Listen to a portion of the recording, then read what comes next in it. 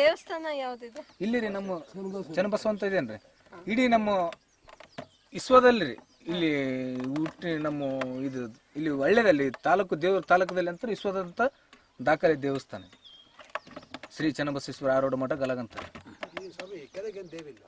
ಹಾ ಕೆಳಗಡೆಗ ಇಲ್ಲಿ ಗಿಡ್ಡಮ್ಮ ಅಂತ ಹೇಳಿದೆ ಹೇಳಿದ್ರಿ ದೇವ್ರು. ಹಾ ಕೆರೆಗೆ ಆ ಕೆರೆ ಕೆರೆ ದೇವ್ರು.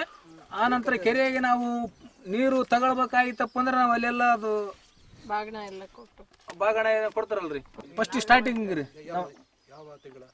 ಅದು ನಾಗರಂಶ ಸಣ್ಣ ಸಾಂಬಾರ್ ಅಂತೇಳಿ ಬರ್ತ್ರಿ.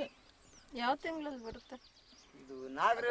15 ರೀ ಆಗಸ್ಟ್ ತಿಂಗಳದಾಗ ನಾಗರ ಪಂಚಮಿ. ನಾಗರ ಪಂಚಮಿಯಲ್ಲಿ ಆಗಸ್ಟ್ ಶ್ರಾವಣ ಮಾಸದಲ್ರಿ.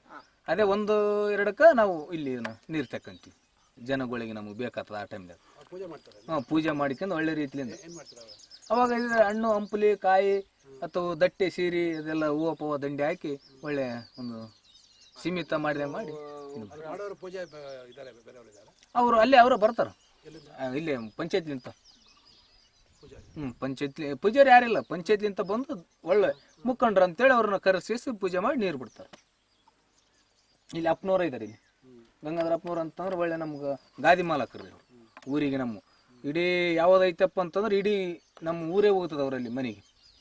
ಅವ್ರು ಒಂದು ಅಲೋ ಅಂದ್ರೆ ಏನು ಬರಿಯಪ್ಪ ಅಂದ್ಬಿಟ್ರೆ ಇಡೀ ನಮ್ಮ ಗಲಗನೆ ಹೋಗಿ ಅವ್ರ ಮನೆ ಮುಂದೆ ನಿಂತಿರ್ತಾರೆ ಅಂಥ ವ್ಯಕ್ತಿ ಅವರು. ಅಂಥವ್ರನ್ನ ಕರ್ಕೊಂಡು ಪೂಜೆ ಮಾಡಿಸ್ತಾರೆ ಅಪ್ಪವ್ರ ಕೈಲಿ. ಇಡೀ ನಮ್ಮ ಇದರಲ್ಲಿ ಚನ್ನಬಸವೇಶ್ವರ ಮಠ ಅಂದ್ರೆ ಒಳ್ಳೆಯ ಸ್ಥಾನ. ಈ ಚನ್ನಬಸವೇಶ್ವರ ದೇವಸ್ಥಾನದಲ್ಲಿ ವರ್ಷಕ್ಕೊಂದ್ಸಲ ಇದಾಗುತ್ತೆ ಜಾತ್ರೆ? ಅದು ವರ್ಷದಲ್ಲಿ 2 ಸಲ ಆಗುತ್ತೆ. ಮತ್ತೆ ಒಂದು ಕಂಡಿ ಪೂಜೆ ಅಂತಾರೆ ಒಂದು 3 ಸಲ 3 ಸಲ ಆಗ್ತದೆ. ಜನ ಎಲ್ಲ ಸೇರ್ತಾರೆ? ಜನರೇ ಒಂದು 10,000 ಜನ ಮೇಲೆ ಸೇರ್ತಾರೆ. ಅದು ಯಾವಾಗ ನಡೆಯುತ್ತೆ? ಮೊನ್ನೆ ಓದ್ತಿರಿ ಒಂದು ತಿಂಗಳಾಯ್ತು ರೀ. ಕಾರ್ತಿಕದಲ್ಲಿ? ಹಾಂ ಓದು ಹುಣ್ಣಿಗೆ ಮುಗಿತು. 1 ತಿಂಗಳಾಯ್ತು.